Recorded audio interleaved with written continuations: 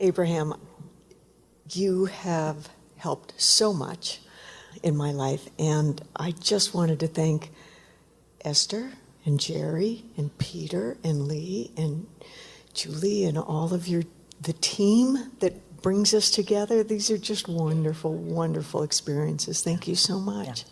We are all in this together. Yeah. We are all in this together, aren't we? Yeah.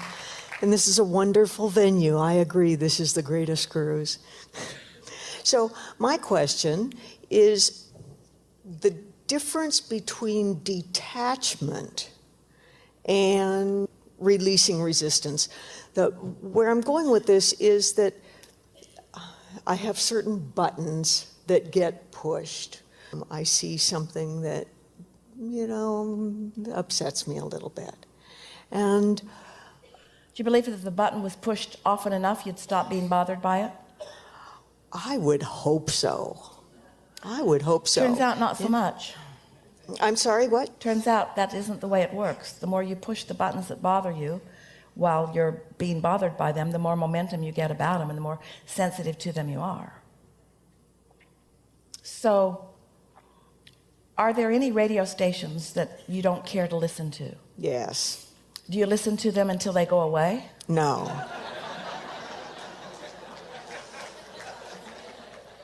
So what do? You just tune to something that you prefer. Yes. And you could call that detachment, or you could call it focus.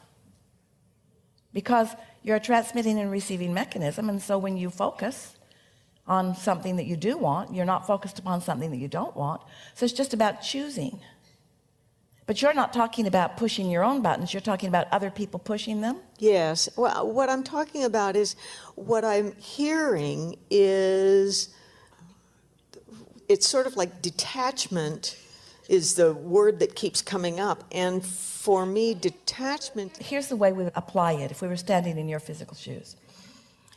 If there was a strong probability that we could detach from the subject, in other words, if we could remove our focus from it, in other words, we don't live with this person or we don't live near this problem, if we could live a reasonable amount of our life, say 60 or 70 or 80%, 85, 80, 90% of it, if we could live 90% of our day-to-day experiences without focusing on it, if it was just a matter of turning off the television and therefore it never touched us, then we would say that form of detachment would be beneficial, wouldn't you? But if it's someone that is up close and personal to you, something that you can't walk away from or move away from, then it would serve you to bridge your belief about it. It would serve you to go to work on your own reasons for feeling resistance about it.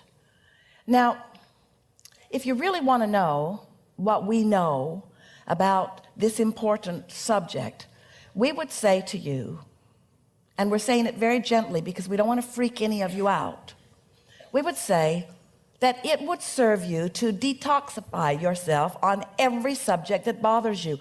It's just that you don't have enough life left to do that. You just can't work the bugs out of all of that, nor do you need to. And usually in the process, you get more momentum going toward more of what you don't want, and so it usually doesn't work out very well.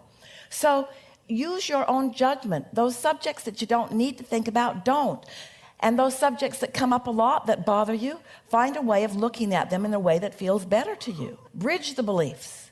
Bridge your own beliefs about it. Say to yourself things like we just said to our friend just a moment ago. This isn't something that really needs to affect me. This is not personal to me. This is not my point of attraction. Esther said, and really meant it, I'm not going to pick any more fights with anybody about anything, and I'm not going to fight back.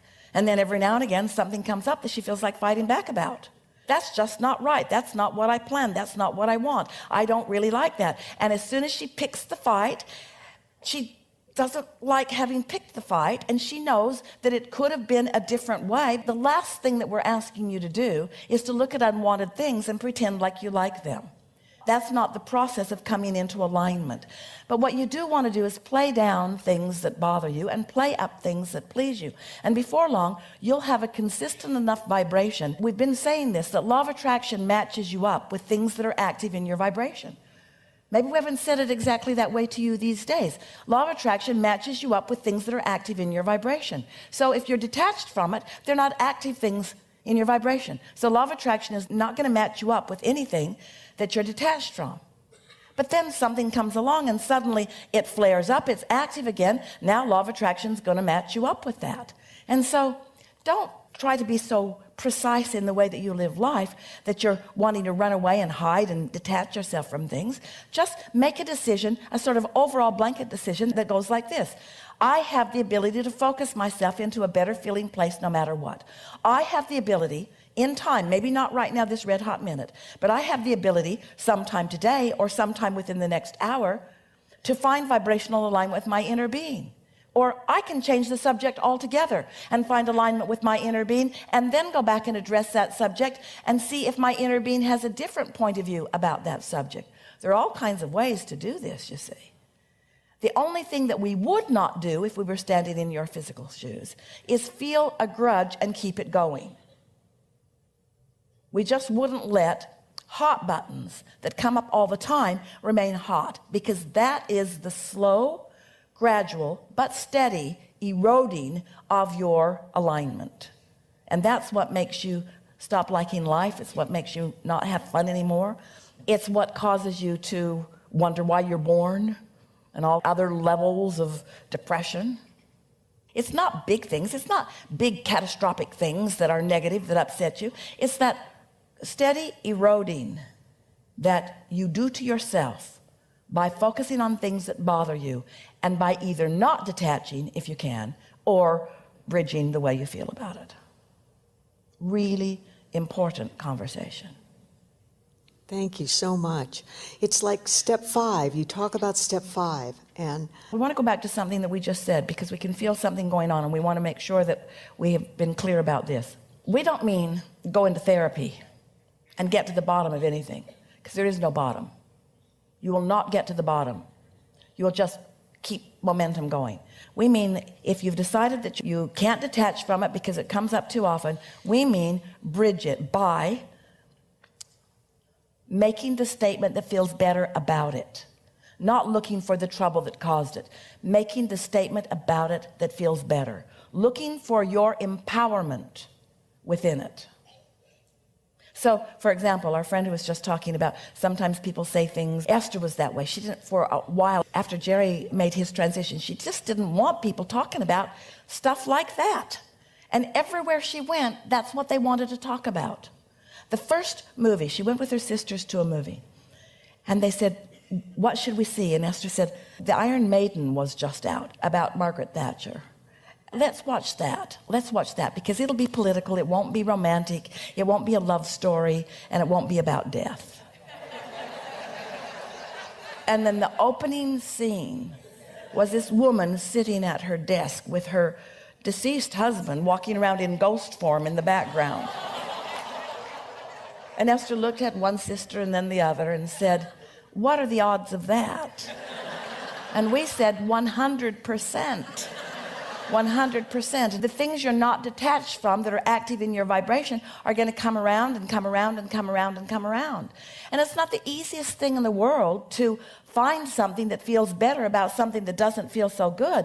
But when you do, oh, the clarity that comes from finding that improved, that's what you're all looking for. That's the expansion that you're all looking for anyway.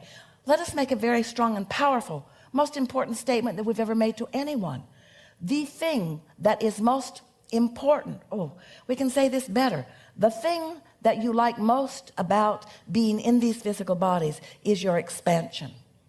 And nothing is more exhilarating than to move into a new place where resistance exists and then move through that resistance into the pure expansion. Did you hear that?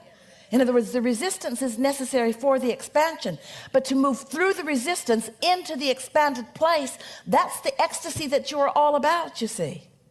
That's what it's all about. And most people are choosing something quite different. Most people are saying, well, I'll just go and hide because I don't want any of this. And then they feel stuck in the mud. They don't feel any expansion. And then they feel dull. They feel tired. They feel bored. They're not loving life. And they think the only alternative is to detach from it altogether and just sort of shut it down in time. or to feel bad. And we say, no, there is another alternative. You can become who you really are by choosing a subject that takes you there, and do that often enough that that's the steady place where you hang out. And then in time, you can regard any subject and stay there. And that's the compassion that your source lives. That's how your inner being lives. That's what you want. You came for expansion, which you can't have without contrast.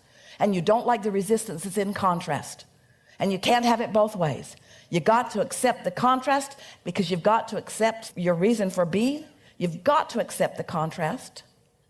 But you don't have to stay stuck in the feeling of the resistance. You can go towards your own expansion. We'll say it again. Your expansion is all about the rocket of desire that came out of contrast. Resistance is necessary for expansion. How's that? Resistance is necessary for expansion. But once you've taken the jump, follow the bounds. That was good. That was really good. Enough. But